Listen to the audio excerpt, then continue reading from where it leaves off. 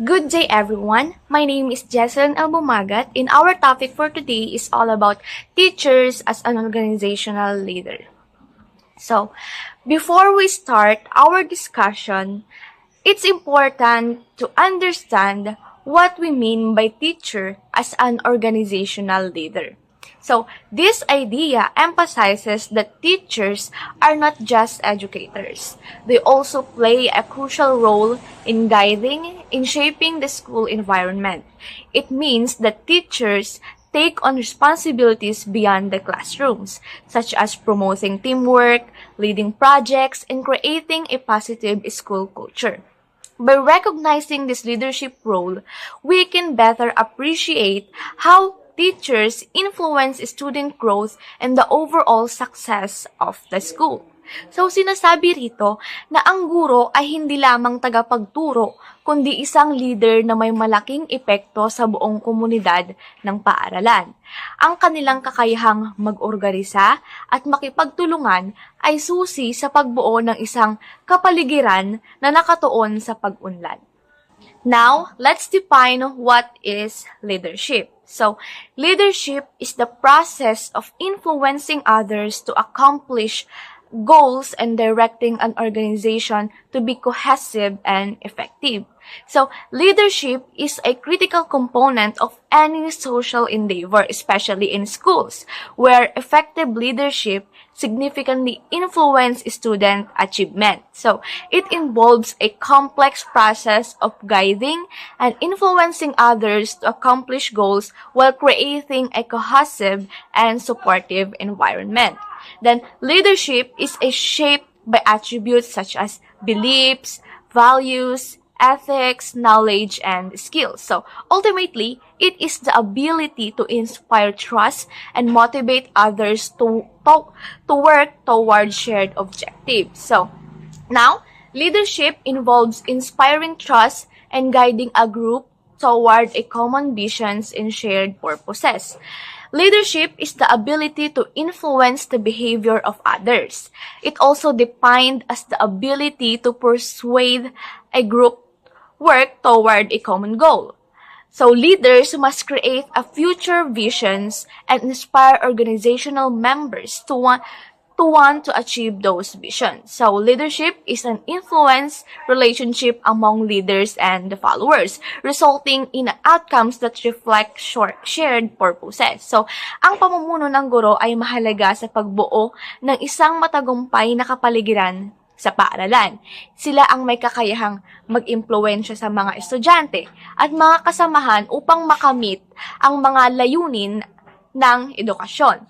So, sa pamamagitan ng pagbibigay inspirasyon, pagsuporta na makatutulong ang mga guro na mapalakas ang motibasyon ng mga estudyante at lumikha ng positive na community sa paaralan. Ang kanilang mga paniniwala, halaga at kaalaman ay nagbibigay ng gabay sa kanilang pamumuno. Ang kanilang mahusay na pamumuno ay nagriresulta sa mas matagumpay na mga estudyante at mas maayos na ugnayan sa komunidad. Now, dumako naman tayo sa principles of leadership. So, first, know yourself and seek self-improvement. So, mahalaga ang pag-unawa sa sariling kakayahan at kahinaan upang maging effective na leader. Ang isang guro na may kamalayan sa kanyang mga limitasyon ay maaring maghanap ng mga paraan upang mapabuti ang kanyang sarili. Halimbawa, kung nahihirapan siya sa teknolohiya, maaari siyang mag-enroll sa isang online courses. Ang pagpapabuti ng sarili ay nagiging inspirasyon din para sa mga estudyante. Kapag nakikita nilang yung guro ay nagsisikap, mas nagiging motivated silang mag-aral. So, pangalawa, be technically proficient. Ang isang leader ay may dapat at sapat na kaalaman sa kanyang larangan upang maging epektibo. So, halimbawa, ang guro ng science ay dapat updated sa mga bagong concept at mga teaching methods. Ang pagiging mahusay sa kanyang subject ay nakakatutulong sa kanyang credibility. Sa ganitong paraan, mas nakakaengganyo siya sa mga estudyante at ang kanilang tiwala sa guro ay nagiging batayan ng kanilang pagkatuto. Pangatlo, Seek responsibility and take responsibility for your action. So, ang isang leader ay isang dapat handang tumanggap ng mga hamon at responsibilidad sa kanyang mga aksyon. Halimbawa, kung may problema sa klase, ang guro ang dapat na kumilos upang ayusin ito. Ang pagtanggap ng responsibilidad ay nagpapakita ng integrity at professionalism. Pang-apat, make sound and timely decision. Mahalaga ang paggawa ng matitibay na desisyon na nakababatay sa mga datos at informasyon. Halimbawa, kung may mga estudyante na nahihirapan sa isang particular na aralin, may maaaring magdesisyon ang guro na baguhin yung teaching approach niya at gumamit ng mas interactive na paraan tulad ng mga group activities. Yung ganitong decision is nakatutulong upang mas maging engaged yung mga estudyante sa kanilang pagkatuto. At panglima, set the example. Ang isang leader ay dapat maging magandang modelo sa kanyang mga estudyante. Kung ang guro ay laging maaga at maayos ang kanyang mga gawain, nahihikayat ang mga estudyante na gayahin siya. Ang pagkakaroon ng magandang asal at work ethic ay nagiging inspirasyon sa lahat. Mahalaga ang consistency sa pagkilos ng guro. Ang pagiging halimbawa ay nagtataguyod ng isang positive culture sa ating paaralan. At pang-anim, know your people and look out for their well. Dapat malaman ng leader ang mga pangangailangan at damdamin ng kanyang mga estudyante. Ang pagkakaroon ng bukas na komunikasyon ay mahalaga upang marinig ang kanilang mga problema. Halimbawa, kung may mga estudyante nahihirapan sa mga personal na issue, ang mga guro ay dapat handang makinig. Ang pagbibigay ng support ay nagiging tanda ng malasakit. Kapag nararamdaman ng mga estudyante na sila ay pinapahalagahan, mas nagiging positive ang kanilang pag-uugali. At pang-pito, keep your people informed. Mahalaga na ang mga leader ay laging nagbibigay ng informasyon sa kanilang mga estudyante o kasamahan. Halimbawa, kung may mga pagbabago sa schedule o mga patakaran sa paaralan, dapat agad nila itong ipaalam sa mga estudyante. Ang regular na communication ay nakakatulong upang maiwasan ang kalituhan at pag-aalala. Maaring gumamit ng bulletin board, email, sa Gmail, di ba? O sa klase, na nagkakaroon ng pulong para ipaalam ang mga mahalagang detalye. Sa ganitong paraan, mas nagiging involved yung mga student at mas handa sila sa mga darating na gagawin. At pangwalo, develop a sense of responsibility in your people. Dapat hikayatin ng isang leader ang kanyang mga estudyante na maging responsable sa kanilang mga gawain.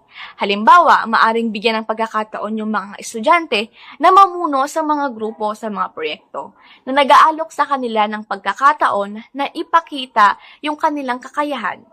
Ang pagbuo ng mga gawain kung saan sila ang may control ay nakakatulong sa kanilang pag-unlad. At ang pang-9, ensure that tasks are understood, supervised, and accomplished. Mahalaga na ang leader ay nagtitiyak na ang lahat ng gawain ay malinaw na naiintindihan ng mga estudyante at maayos na naisasagawa. Halimbawa, bago simulan ng isang project, maaring ipaliwanag ng guro ang bawat hakbang at layunin na gagawin. Pagkatapos, dapat i-check ng guro ang mga progress ng mga estudyante upang masiguro na sila ay nasa tamang landas. And 10, train your people as a team. Dapat bumuo ang mga leader ng samahan at pagtutulungan sa kanilang grupo. Ang pag-oorganisa ng mga team building activities ay makatutulong upang mapabuti ang ugnayan ng mga estudyante. Halimbawa, ang guro ay maaring magdaos ng mga laro o project na nangangailangan ng collaboration. And then, at ang pang-11, use the full capabilities of your organization. Mahalaga na ang leader ay nakikinabang sa lahat ng kakayahan at resources sa kanilang paaralan. Halimbawa, ang isang guro ay may maaring mag-organiza ng mga club or extracurricular activities na na gumagamit ng iba't ibang talents ng mga estudyante tulad ng music, dramas, sports. Sa ganitong paraan, nahihikayat yung mga estudyante na ipakita yung kanilang mga natatanging kakayahan habang sila ay nagtutulungan. At yun lamang yung 11 principles of leadership. Ngayon, dumako naman tayo sa 4 factors of leadership. Una, followers. Leaders must understand their subordinates and their needs. Ang mga tagasunod ay may mga tao na pinamumunuan ng isang leader. Mahalaga na kilalanin ng leader ang kanyang mga tao upang malaman ang kanilang pangailangan at motibasyon. Halimbawa, kung ang guro ay aware sa mga interest at kahirapan ng kanyang mga estudyante, mas madali siyang makapagbibigay ng angkop na support at makabuo ng aralin na kaakit-akit para sa kanila. At pangalawa ay ang leader. Leaders need a deep understanding of human nature, including needs, emotions, and motivation. Ang leader ay may responsibility na maunawaan ang kanyang mga tao at ang kanilang mga pangangailangan at motibasyon. Halimbawa, kung ang isang guro ay nakakaalam ng mga estudyante na nahihirapan sa isang tiyak na paksa, maaari siyang maglaan ng karagdagang oras para sa tutoring or mag-organiza ng study groups. Ang ganitong pagkilos ay nagpapakita ng kanyang pag-unawa at pag-aalaga sa kanyang pag-unlad. At pangatlo, ang communication. Effective leadership relies on a clear, two-way communication to build relationship and demonstrate efficiency. Ang mahusay na komunikasyon ay nakatutulong upang mapanatili ang magandang relasyon sa pagitan ng leader at ng mga tagasunod. Ang epektibong leader ay gumagamit ng two-way communication kung saan ang mga estudyante ay binibigyan ng pagkakataon na magtanong at magbigay ng feedback. Halimbawa, maaring magkaroon ng open forum ang guro upang talakayin ang mga problema o suhestyon mula sa mga estudyante. At pang-apat, ang situation. A leader's actions are more influenced by situation than the inherent traits. So, ang mga aksyon ng isang leader ay madalas na mas naapektuhan ang sitwasyon kaysa sa kanilang likas na katangian. Halimbawa, kung ang isang guro ay nagtuturo sa isang klase na may mga estudyanteng hindi interesado, maaring kailangan niyang baguhin ang kanyang paraan ng pagtuturo upang magkaroon ng engaging o mas matuto yung mga bata. Sa ganitong kaso, maaring mag-organiza siya ng mga hands-on activities upang makuha ang atensyon ng mga estudyante. Ang kakayahang umangkop sa mga pagbabago sa sitwasyon ay mahalaga sa isang leader upang mas maging epektibo at matugunan ang mga pangangailangan ng kanyang grupo. Ngayon, dumako naman tayo sa the nature of administrative works. Una, trait approach to leadership. It focuses on identifying personality traits and characteristics linked to successful leadership. And it emerged from early investigation into effective leadership related to Thomas Carlyle's Great Man Theory. So, ang trait approach to leadership ay nakatuon sa pagtukoy ng mga tiyak na katangian at personalidad na konektado sa matagumpay na pamumuno. Nagsimula ito bilang isang paraan upang maunawaan ang effective na leadership at kaugnay ito sa Great Man Theory ni Thomas Carlyle. So, ayon sa teoryang ito, ang mga mahuhusay na leader ay may likas na katangian na natatangi sa kanila. Likas. Ayon naman kay Carlyle's theory of leadership was based on the rationale that, so una, certain traits produce certain patterns of behavior. So dito, ang mga tiyak na katangian ay nagriresulta sa mga tiyak na pattern ng pag-uugali. Halimbawa, ang isang leader na may mataas na tiwala sa sarili ay kadalasang nagpapakita ng determinasyon at positibong pananaw na nagiging inspirasyon sa kanyang mga kasamahan. Pangalawa, patterns are consistent across different situations. So, ang mga pattern daw ng pag-uugali na ito ay pare-pareho sa iba't ibang sitwasyon.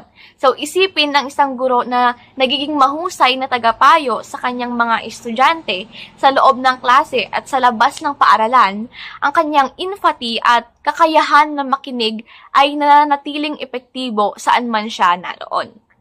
At pangatlo, people are born with leadership traits. So, dito naniniwala si Carlyle na ang mga tao ay isinilang na may mga katangian na pamumuno. Ibig sabihin, ang mga katangiang ito ay likas at hindi natututunan. Halimbawa, may mga individual na mula pagkabata ay natural na nakakuha ng atensyon at respeto mula sa kanilang mga kaibigan na nagpapakita ng kanilang likas na kakayahan sa pamumuno. So, sa kabuuan, ang tsoryang ito ay nagbibigay diin sa idea na ang mga effective na leader ay may mga natatanging katangian na bumubuo sa kanilang tagumpay. So, ang trait approach emphasizes that a great leader possesses inherent abilities rather than learned skill.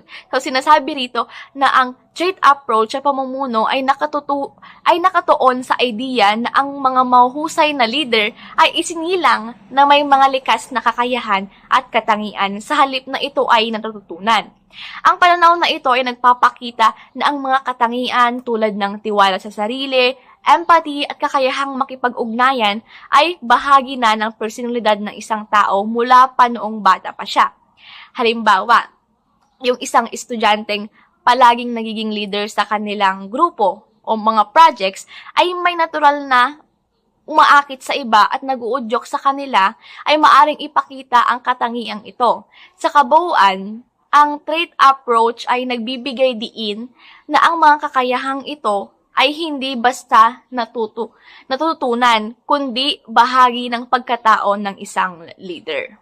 So, sinasabi rito na ang trait approach ay isang likas na kakayahan na maging isang leader. The next one is situations and leadership. So now, how is leadership related to situation? Leadership depends on situation.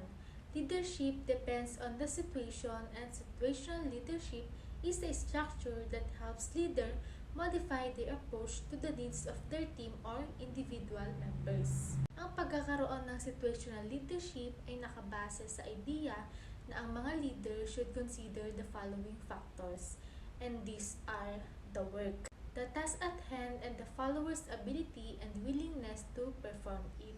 Ang pagiging leader daw po ay ang siyang nag-guide, organize, and manage others to achieve a shared goal. So, leaders are responsible for many tasks, including motivating, communicating, coaching, and many more.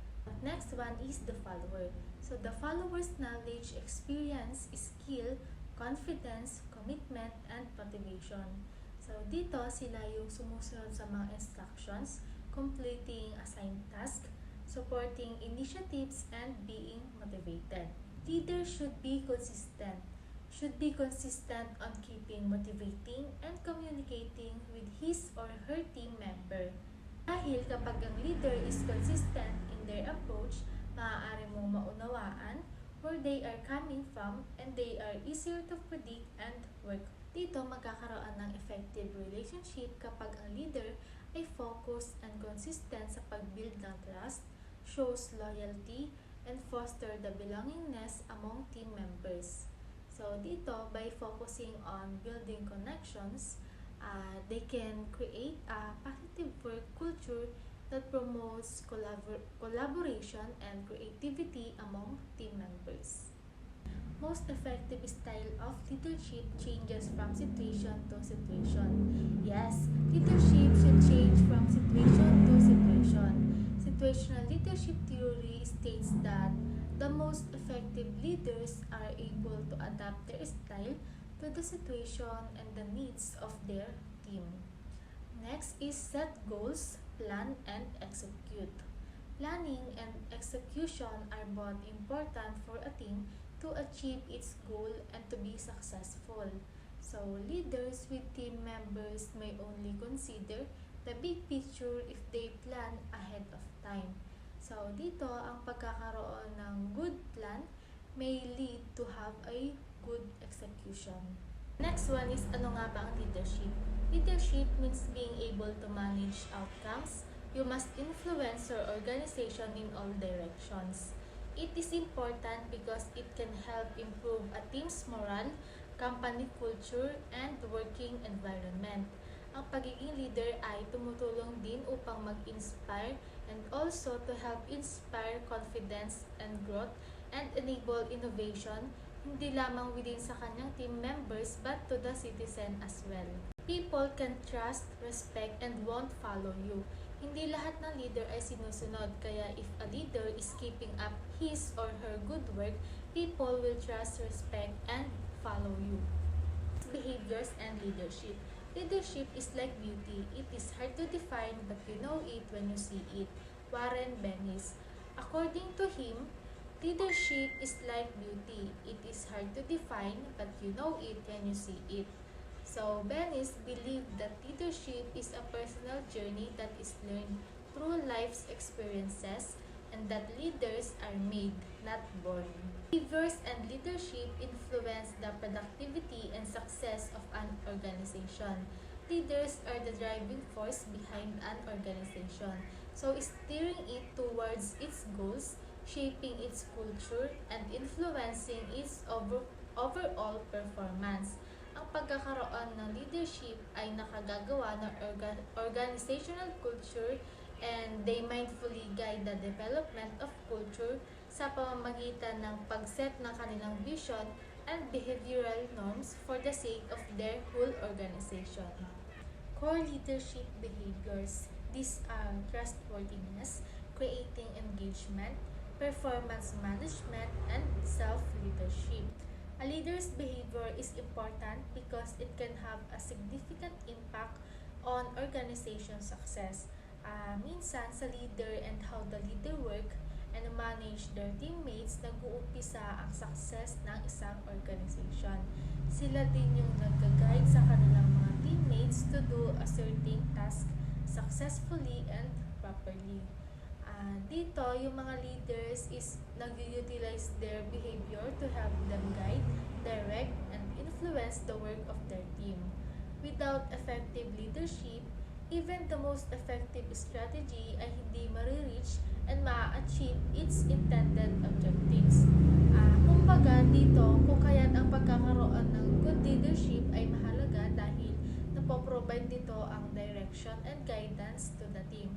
At also, ine-ensure na ang lahat is aligned and working to achieve the same goals. Leadership effectiveness can be defined as the leader's ability to effectively influence followers and other organizational stakeholders to reach the goals of the organization. So, there is an effective leadership if there is ability to successfully influence and support a team or group of people. Leadership effectiveness. According to him, the leader's ability to effectively influence followers and other organizational stakeholders to reach the goals of the organization. To influence followers and stakeholders to achieve an organization's goals is known as leadership effectiveness. Dito, ang pagkakaroon ng effective leadership ay isa sa mga malaking faktor sa pagtamo ng organization success and growth. Mayroon ding mga ways on how the leaders can be effective. And these are: number 1, create a positive environment. Ang mga leaders ay may kakayahan i-promote ang communication and collaboration among their team members. And also, it can help them to create an environment na kayang reach ang success.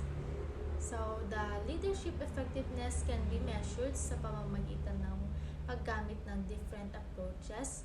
And dahil dito, makikita nila yung effectiveness ng isang leadership if there's ability to successfully influence and support a team or group of people. Next is the contingency model of leadership. Sinasabi dito sa theory na ito ay ang pagiging effective leader daw ay nakabase sa kung ano ang kanilang mga estilo o kung saan sila nababagay o hindi nababagay sa isang particular na sitwasyon. Kumbaga sa kung ano ang kakayahan ng isang leader ang meron para pamunuan ng isang sitwasyon doon siya magkakaroon ng mas maayos na pagpapatakbo sa isang sitwasyon. Dahil alam niya kung ano nga ba ang mga dapat o kinakailangan gawin o ayusin. Dahil nga meron siyang background or alam niya na kung ano ang mga pasikot-sikot sa sitwasyon na yon. Next is, sinasabi din sa theory na ito na ang bawat isang individual daw ay maaaring maging effective leader sa isang sitwasyon at maaari din namang hindi dahil nga hindi naman lahat ay alam o kayang gawin ng isang leader. For example, ako, maaaring maging effective leader ako dahil magaling akong sumayaw. Maaari akong maging effective leader doon, pero kung ang gagawin ng leader, kung ang gagawin ko ay ang pagkanta, hindi naman ako marunong kumanta, paano ako magiging effective leader? Paano ko matutulungan o matuturuan o magagabayan ang mga member ko kung ako mismo ay hindi naman marunong kumanta? Next is, sa theory din na ito, sinasabi na ang isang sitwasyon daw ay walang pinakamahusay o walang mahusay na paraan para pamunuan o ayusin ng isang sitwasyon. Next is, the leader's ability to lead is contingent upon the various situational factors including the leader's preferred style. Sinasabi dito na kailangan ng isang leader daw ay gusto o naaayon sa kagustuhan niya ang style na ginagawa niya. Paano nga naman pamumunuan ang isang sitwasyon kung wala naman siyang alam o kung paano patakbuhin ang sitwasyon na yon? For example is sa DepEd. Ginawang secretary sa DepEd si Duterte. Wala naman siyang, sabihin natin wala naman siyang alam kung paano nga ba magpatakbo paano patakbuhin ang DepEd, kung ano nga ba ang mga sitwasyon na nakikita or mga problem na kailangan ayusin. Dahil hindi naman niya style o wala siyang alam doon, paano siya magiging effective leader kung hindi niya alam kung ano nga ba yung mga kailangan na i-improve sa DepEd. And then next is the capabilities. Capabilities, of course, dapat bago ka maging leader o bago tayo maging isang leader ay dapat meron tayong mga kapabilidad ng isang pinuno para maging mabuting pinuno tayo at hindi naman pwede dahil lang gusto lang natin. For example is yung mga nag-file ng COC. Ang daming mga nag-file ng COC pero alam naman natin na wala silang kapabilidad na mamuno. Next is behaviors of followers and also other situational factors. Sinasabi naman dito na since ang mga taga-sunod or ang mga followers or members ay may isang malaking role kung paano nga ba ang isang leader ay kumilos. Dahil ang mga pinuno ay madalas na nag-a-adjust sa mga members niya base sa kung ano nga ba ang mga needs at kung sila ba ay lack of experiences. Sila ay mga lack of experiences, maaaring ng isang leader ay intindihin or gabayan niya at bigyan niya ng support ang kanyang mga members. At sa other situational factors naman ay, for example, the relationship between the member and the leader. Dahil kung ang isang pinuno ang leader ay meron siyang maayos ang kanyang pagpapatakbo at maganda ang relationship niya sa kanyang mga members, maaari niyang maimpluwensyahan ng mga ito sa isang positive environment also sa kanilang mga kapwa members. Yun nga sa atin nga kasi as a leader, for example, sa leader nagsisimula talaga ang lahat ng pagbabago. Diba? Katulad sa teacher, diba? Mga leader tayo sa isang eskwelahan. Parang tayo ang nagiging role model nila. Kung ano yung nakikita sa atin, ganun din ang gagawin ng mga estudyante sa mga kapwa estudyante nila. Next is, ayon kay Fiedlers, there is not one single ideal approach to leading because circumstances vary.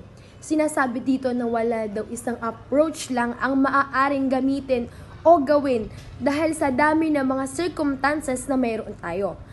Parang ito yung walang isang sagot sa napakadaming mga tanong. Also, ang leadership din ay kinakailangan ay maging flexible sa mga pangyayari o mga kaganapan, dapat din ay aware ang mga leader sa pamamagitan ng mga context at sa people na involved sa isang situation. Next is, sinasabi dito sa Fiedler's contingency theory na ang style ng pamumuno ay fixed na o hindi na maiiba pa o mababago pa. Sinasaad dito na ang pagiging epektibong pinuno daw ay kailangan tugma ang kanilang estilo ng pamumuno sa sitwasyong kanilang kinahaharap.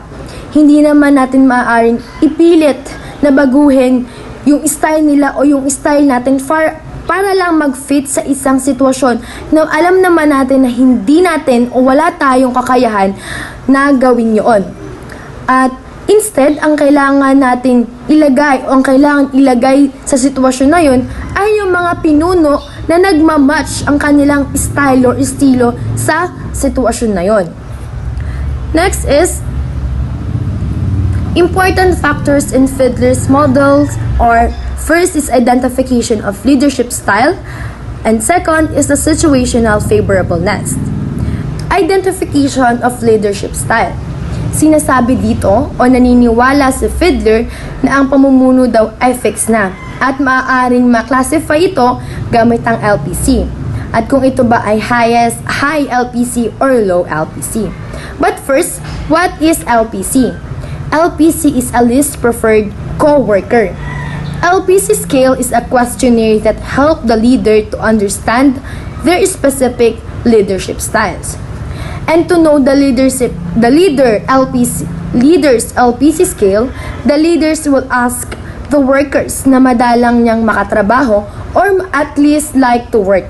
Gumagamit din ito ng scale 1 to 8. For example of this is, if the coworker is friendly or unfriendly, they will rate it gamit ang scale 1 to 8.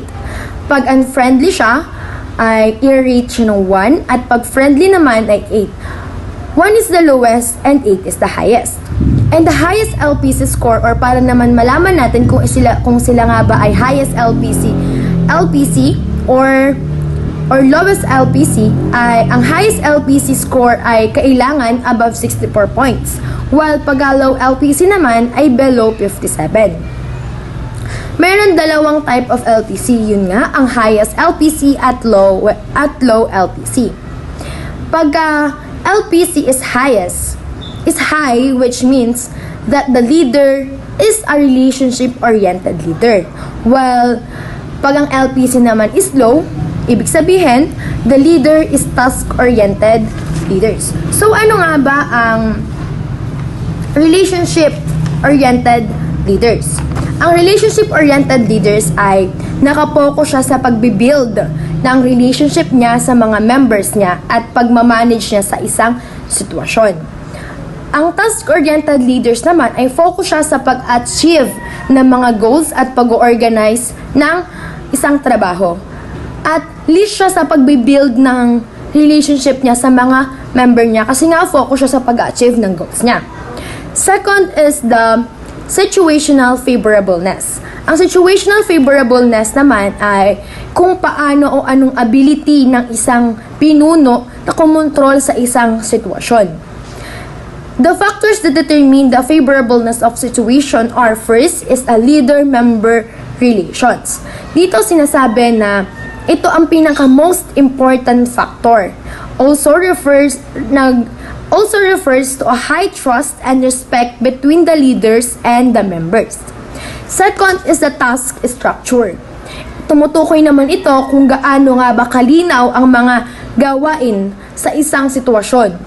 Tinitignan din ito kung ito ba ay nakaayos o hindi nakaayos na maaaring makaapekto sa kakayahan ng isang pinuno. Ang structured task kasi ay may clear yung goal niya, yung methods, at yung outcome niya. While sa unstructured task naman ay ambiguous or vague na kailangan pa silang kailangan pang i-guide yung mga member. And then sa last is leader position power. Ang leader position power naman ay they have the authority or the leader have the authority kung bibigyan niya ba ng reward o ipapunish niya ang kanyang mga member. At meron ding dalawang position of power. The strong position power kung saan ang isang leader ay maaaring mag-assign ng mga task or mag-promote. While sa weak positioning naman or weak position ay may limited lang sila na authority.